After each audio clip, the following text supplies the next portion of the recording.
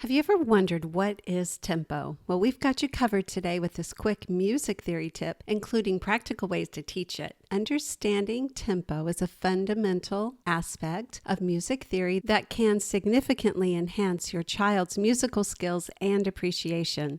Tempo is the speed at which a piece of music is played, and it's crucial for interpreting and performing music accurately. Teaching tempo in a homeschool setting can be both fun and educational with the right strategies, games, and tips. Today we'll explore what tempo is and how you can effectively teach it and practice it with your elementary-aged kids at home. If you are a homeschooler looking for ways to easily and affordably include a quality music education in your homeschool, you've come to the right place. This is the Music in Our Homeschool podcast. I'm Gina Mayo, homeschooling mom of 8 and music teacher for over 30 years. So again, what is tempo? Tempo is the pace or speed at which a piece of music is performed. Is it fast or slow? Does it stay at a steady tempo? Or does it speed up or slow down at different points in the music? Tempo is usually indicated in beats per minute, BPM. The tempo can range from very slow, such as largo, to very fast, such as presto, and understanding these different speeds helps students play and appreciate music more deeply. Choirs, orchestras, and bands follow the conductor, who uses their hands or a baton to tell the musicians what the tempo is. Composers tell future performers of their music what the tempo is by either using a metronome marking, such as quarter note equals 90, which means 90 beats per minute, in their compositions, or using tempo terms. So in case you aren't familiar with a metronome, it is a physical device that you can set near you while you are playing your instrument or singing, and if you set it to a particular beats per minute, you can hear it ticking or tapping or making some type of beating sound or even a blinking light to tell you what that speed is. The old-fashioned kind used to be controlled with just gravity and a pendulum, and you just slid the little marker up and down the pendulum, and it would tick like that. Newer ones are either electronic, and you can put a battery in them, or you can even use a metronome app. Now let's talk about what tempo terms are. Tempo terms in musical compositions are typically in Italian. Here are some that you can learn, and I encourage you to go ahead and use a metronome or metronome app as I am going through these so you could hear how fast each of them is. Grave is very, very slow, sedate, and solemn, like a sloth moving, 25 to 45 beats per minute. Lento is very slow, like a turtle walking, 45 to 60 beats per minute. Adagio is slow, like an adult walking slowly, 66 to 76 beats per minute. Andante is medium slow, a walking pace like a cow walking, 76 to 108 beats per minute. Moderato is moderate, medium tempo, a faster walking pace like an adult walking fast, 108 to 120 beats per minute.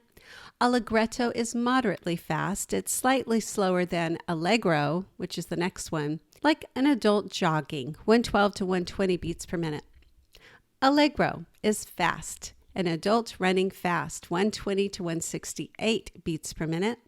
And presto is very fast, like a cheetah running, 168 to 200 beats per minute. Often the terms I just mentioned are combined with modifying words such as un poco, which means a little, molto, which means a lot, meno, which means less, and più, which means more. And then there are some terms that refer to gradual changes in tempo. Accelerando means to get gradually faster. Ritardando means to get gradually slower. Rubato is to allow the tempo to increase and decrease freely without keeping a steady beat. A tempo is to return to the original tempo. And più mosso means with more movement, to play a little faster. There are some very specific musical pieces that you can listen to hear each of these tempo speeds. And if you switch over to the blog post that goes along with this podcast episode, perhaps you didn't even know that I have a blog post that goes with every podcast episode. It's at musicinourhomeschool.com/tempo. You can find the videos for each of these musical pieces I'm about to mention. So Grave, listen to Gynopédie, number 3 by Eric Satie. To hear Allegretto, listen to Peter and the Wolf, the main theme by Prokofiev. To hear Adagio, listen to The Swan from Carnival of the Animals by Saint-Saëns. To hear Presto, listen to 3 pieces for oboe and piano, number 3, Presto by Michael Head. For Moderato, listen to For Children, Volume 1, number 26, Moderato by Bela Bartok. For Lento, listen to the Coppelia Waltz by Leo Delibes. For Allegro, listen to Ballet of the Unhatched Chicks by Modest Mussorgsky. And to hear a piece that changes tempos often, listen to Hungarian Dance number 5 by Johannes Brahms. Now let's switch over to some very practical homeschool strategies, teaching strategies for tempo. First of all, start with the basics. Begin by explaining the concept of tempo in simple terms. Even very young children can understand this. Use a metronome to demonstrate how tempo can change the speed of the music. Set the metronome to different BPM settings and let your child hear and feel the difference. Number 2 is to use visual aids. These can be helpful and effective in teaching tempo because the Italian words are hard to grasp. I especially find it easier to see a word when I'm trying to learn a new concept. So create a chart with various tempo markings, writing the words largo, adagio, andante, allegro, presto, all of the terms, and their corresponding BPM ranges. And then the child can see it to associate with the specific speeds. Number 3 is to incorporate movement. Physical movement can help children internalize tempo. Play different pieces of music and encourage your child to move to the beat. They can march, dance, or clap along, adjusting their speed to match the tempo of the music. And number 4 is to use simple rhythm instruments and play along with music you're listening to. Hand drums, rhythm sticks, shakers, and specify what tempo marking they're playing at as they're playing, and they'll begin to feel the difference between the slower and the faster speeds. And it will help children to practice steady beat.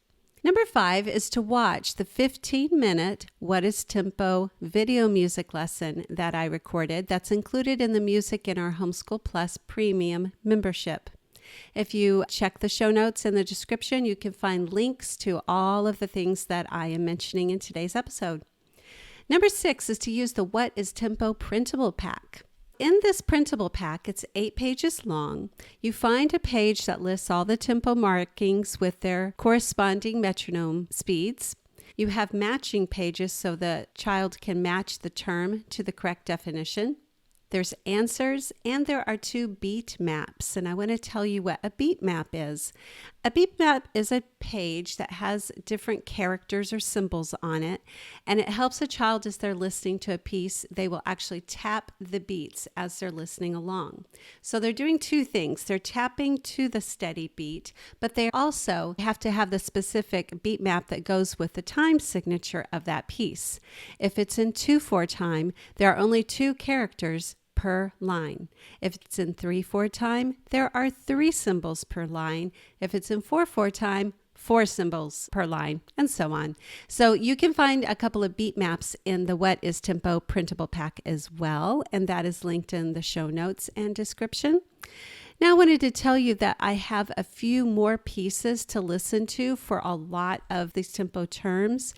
You can switch over to the blog post to find all of them, but let me just mention a couple here. To hear Allegretto, you can listen to Beethoven's Symphony No. 7, the second movement. Andante, listen to Pachelbel's Canon in D. For Largo, listen to Handel's Largo from Xerxes. And for Presto, listen to Beethoven's Symphony No. 5, the fourth movement. Now I have a few fun games that you can play to practice tempo at home in your homeschool. One is called Tempo Tag, and in this game, you'll designate one child as the tempo master. The tempo master sets a tempo by clapping or using a metronome. The other children must move around the room following the tempo. The tempo master can change the speed at any time, and the others must adjust their movements accordingly. This game not only teaches tempo, but also helps children develop quick reaction times and listening skills. Number 2 is musical statues. Similar to a freeze dance, play a piece of music with varying tempos. When the music stops, the children must freeze in place. This game helps them listen carefully to changes in tempo and react quickly, making it a fun way to reinforce tempo recognition. And the third game is Tempo Treasure Hunt. You can hide several flashcards of tempo markings around your house or yard. Play a piece of music and ask your child to find the correct tempo marking that matches the speed of the music they are listening to. This game combines physical activity with musical listening skills. Now here are some tips for practicing tempo at home. If your child plays an instrument such as piano, violin, guitar, recorder, or ukulele, incorporate metronome practice into their daily practice routine. Start with slower speeds and gradually increase as they become more comfortable. This will help them develop a steady sense of rhythm and improve their ability to maintain a consistent tempo.